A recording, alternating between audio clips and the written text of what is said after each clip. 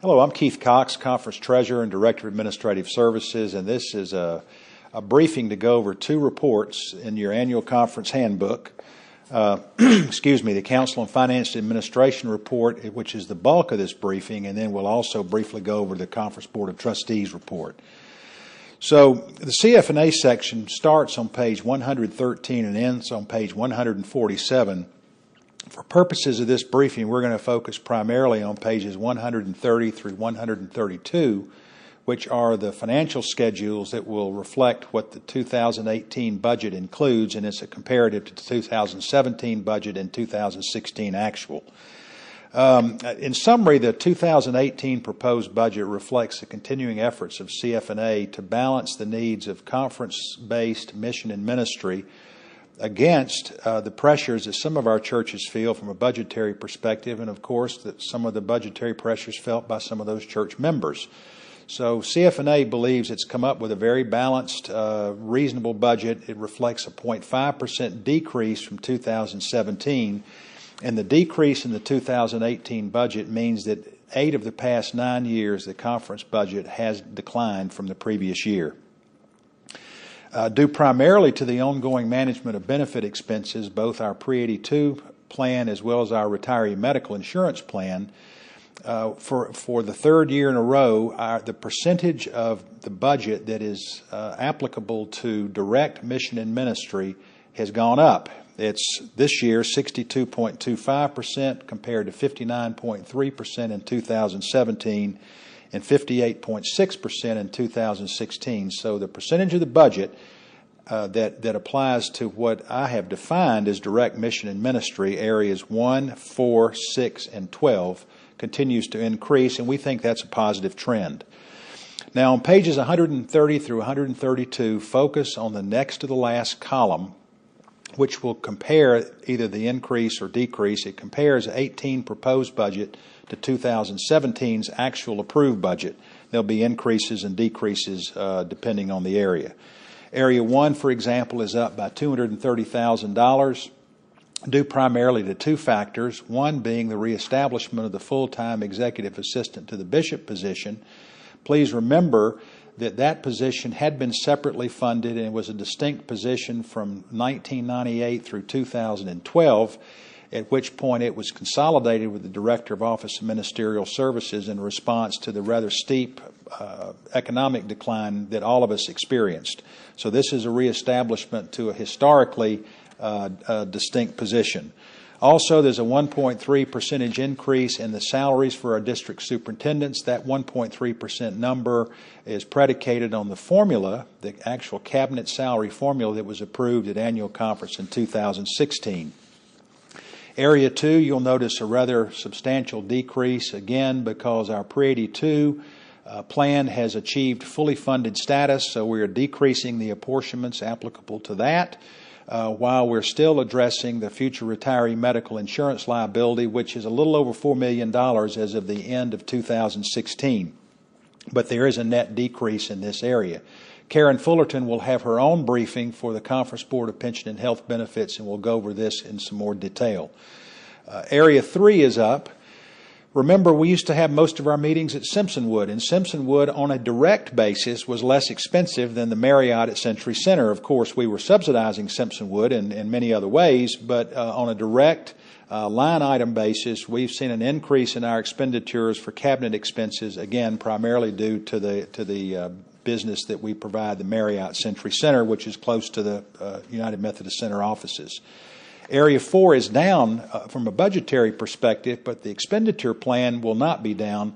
The reason for this difference is that we've asked the Connectional Ministries Director and the program staff to spend down some of the reserves that have been built up over the years.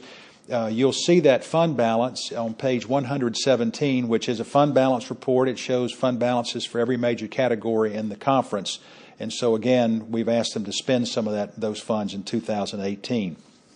Area 5, trustees down a little bit because our capital expenditure capital expenditures, which represents, copiers and computers and those kinds of things. We're not anticipating having to spend as much in 2018 as we have in the past. We have a migration cycle for our equipment, and we're in pretty good shape with that, so we're able to decrease the budget in 2018. Area 6, higher ed and campus ministries, we've asked for some time for that function to spend down some of their reserves, and they've done that. They've been very judicious in the utilization of their budget, and as a result, we have recommended an increase of $69,000 2018 over 2017. Congregational development, Area 12, barely up, and in fact, given the size of our budget, it's essentially flat. Again, their expenditure plan will be an increase because, like Connectional Ministries, we've asked Office of Congregational Development to spend down some of their reserves. Again, flip over to page 117 when you get a chance, and you can see the fund balance in that area compared to 2016 as well. Undesignated reserve, we continue to build an undesignated reserve so that we'll have, for lack of a better term, an internal line of credit and to help us cushion against any unforeseen financial issues that may arise. Right now, the fund balance in our CF&A undesignated reserve is about $3 million. We do not have an external line of credit. We don't want one. So this reserve amount gives us some financial flexibility during any kind of potential unforeseen circumstance that may come up. General church apportionments up 4% over 2017. So it's important to realize that our budget's decreasing in total by 0.5%, despite the fact that our general church apportionments are up 4%. Southeastern jurisdiction's up, it's essentially flat, $636 year over year, and the budget that the Southeastern jurisdiction assigns to the conference is about half what it was up until about 2 or 3 years or so ago. They've made some substantial changes to their administration, and as a result, we've reaped the benefit of that from a budgetary standpoint. Now, there's some other notes I want to make you aware of. The timing of the conference budget's always a little bit difficult for some people who may not have been a member of the annual conference before, may not have attended annual conference session, and the way we construct the budget may be a little bit foreign. So I would encourage you to look on page 143 through 145, which is Report 206P, which shows how the proposed budget was constructed.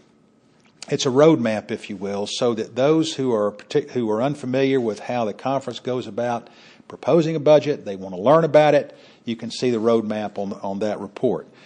CF&A recommendations, Report 206L, which are on pages 128, 129. We'll go over those and we'll request approval from the annual conference members for those recommendations. I would encourage you to familiarize yourself with them. Most of them are very similar to what we've had in the previous years. There are questions, of course, sometimes. What does a budget line item represent? What is it? What are the monies actually being used for? So Report 206N, which begins on page 133, is the interpretation of the conference budget and gives a brief summary of each line item and what it represents and what the apportionment dollars go to support. It also includes, near the back, the computation for how we compute apportionments. So, the questions, what goes into apportionments? How are they computed? How are they assigned to the churches? It's all answered in the very back section of this interpretation. It's not a mystery, although some people seem to think it might be. I think once you familiarize yourself with the last couple of pages of this section, you'll get comfortable with how we compute apportionments and how we assign them to the churches. Now, you're not quite through with CF&A. On pages 145 through 147, there's a report on the District Administrative Review Team by Reverend Carol Cook. She's the vice chair and has written a nice report that will provide an update on the progress and the goal of that committee. The District Administrative Review Team was constructed as a result of a CF&A recommendation 2 years ago. It's self-explanatory, but I would encourage you to read that report prior to coming to annual conference session, and Reverend Cook will go over it at annual conference session. So that's CF&A. That's the CF&A section. I hope you'll find it helpful, and if there are questions about it that that once you've read it, once you've reviewed it, you need to go over, please contact me at my email address. which will be posted, and my telephone number, either one. I'll be happy to respond to them. Now, the Conference Board of Trustees is going to make up a very short piece of this briefing. It's pages 63 through 64, but I would encourage you to pay particular attention to lines 24 through 32. This is an introduction to the process by which the Board of Trustees is recommending annual conference move related to closed church property management and disposition. In the past, whenever a church has been closed at annual conference session, the property reverts to the District Board of Trustees for disposition. The Book of Discipline for many, many years has stated that those properties should revert to the Conference Board of Trustees for disposition. So we're making that recommendation this year. There's a standing rule change that's been proposed to accommodate that, to get us in line with the Book of Discipline. But please understand that the Board of Trustees has reached an agreement in principle with Norton Commercial, which is a real estate firm in Gainesville, full-service real estate firm, to serve as the conference real estate consultant and property manager, for closed church properties. And Reverend John Simmons will go over this report more in detail at annual conference session. So that's the briefing. CFNA and trustees, Reverend Kathy Lamont will go over equitable compensation in a separate video.